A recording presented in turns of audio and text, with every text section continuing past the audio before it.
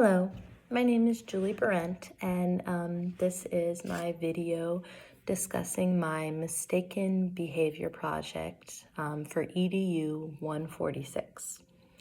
The mistaken behavior I chose was that of squeezing, specifically when a child of about 3 to 4 is squeezing another person, especially their peers. So this could be around their arms or even their entire body, but just squeezing and in a way that is causing the other peer distress or is hurting their body in some way.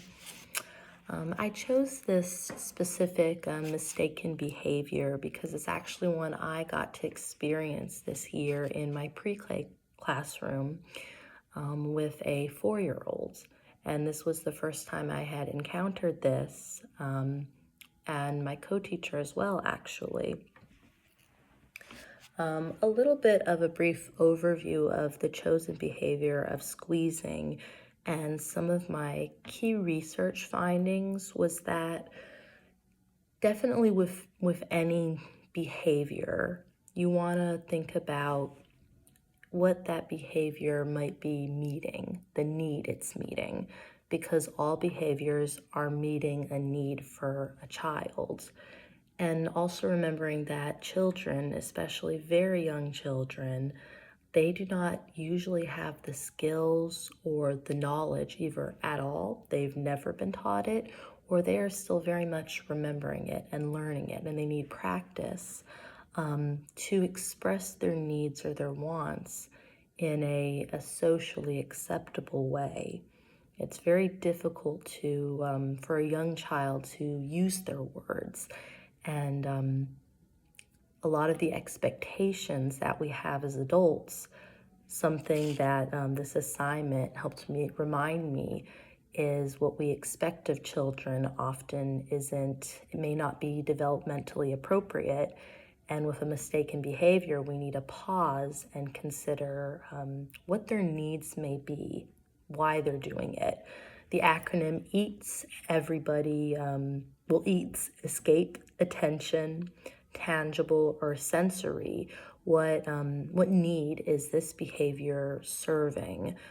Is the child trying to escape a situation? Are they seeking attention? Is there a tangible benefit for them? And is it sensory seeking?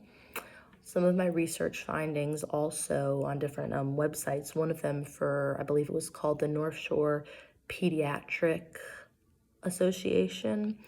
They had a really good section where they talk about how behaviors that can be more physical often are meeting a sensory need, both for this specific child that I had in mind, but also in general. A lot of times these behaviors that are more physical are trying to meet a sensory need. Loud noises can be very overstimulating, crowding, a lot of children around them, somebody very close to their face, bright lights. And when a child feels overstimulated, they can react in certain ways.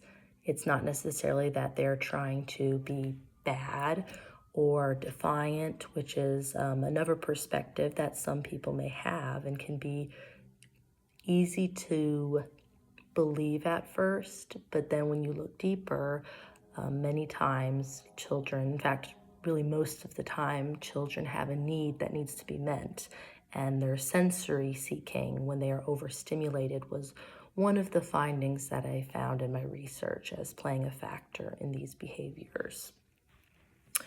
Some of the guidance strategy I selected to address this behavior, I had direct and indirect.